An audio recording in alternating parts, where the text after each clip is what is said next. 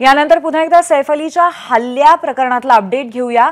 पोलिसांनी पकडलेल्या संशयिताचा फोटो आता लीलावतीतल्या पोलिसांकडे पाठवण्यात आलाय। पकडलेल्या संशयिताची करीना कपूर आणि मदतनीस यांच्याकडनं ओळख पटवण्याचा आता प्रयत्न होईल। एक महत्त्वाचा अपडेट आहे, जो संशयित ताब्यात घेण्यात आलेला आहे त्याचा फोटो आता लीलावतीतल्या पोलिसांकडे पाठवला जाणार आहे आणि पकडलेल्या संशयिताची करीना कपूर आणि मदतनीस यांच्याकडनं ओळख पटवण्याचा प्रयत्न होणार आहे।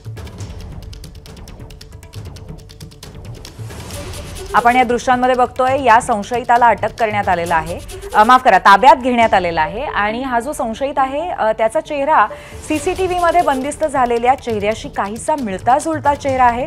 थोडेफार फरक आहेत, परंतु ही व्यक्ती तीच असावी असं वारंवार वाटावं अशी परिस्थिती आहे। अर्थात पोलिसांनी अजून तरी हा संशयितच आहे, याला अटक करण्यात आलेली नाहीये, चौकशीसाठी ताब्यात घेतलंय असं स्पष्टीकरण दिलेलं आहे। आता हा फोटो लीलावतीतल्या पोलिसांकडे पाठवण्यात येईल आणि त्यानंतर करीना कपूर खान तसंच ज्या मदतनीस महिला आहेत त्यांना हा फोटो दाखवून संशयितांची ओळख पटवण्याचा प्रयत्न केला जाईल।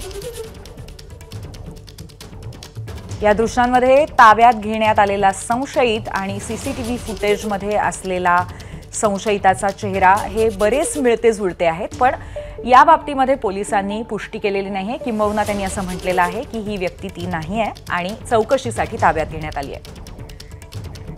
या संदर्भात आपण अमेय राणे यांच्याशी संवाद साधूया। अमेय, आता हा फोटो लीलावतीमध्ये पाठवला जाणार आहे असं कळतंय, काय अपडेट आहे?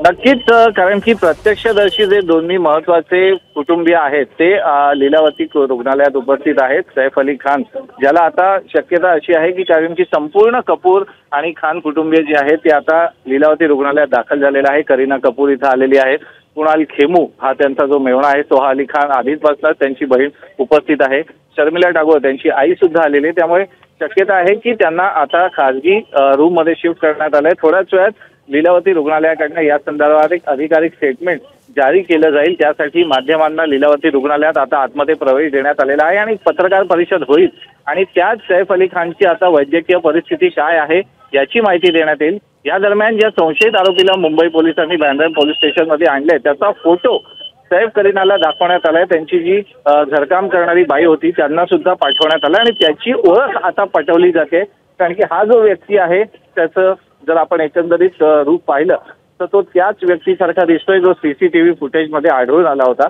त्यामुळे ही व्यक्ती तीच आहे का याचं आता पोलीस कन्फर्मेशनसाठी सैफ आणि करीनाला तो फोटो पाठवण्यात आला आणि त्या पोलिसांना देऊन त्यात काही अपडेट्स घेत आहेत का हे आता पाहिलं जाईल। धन्यवाद अमेय या अपडेट बद्दल। एबीपी माझा, उघडा डोळे बघा नीट।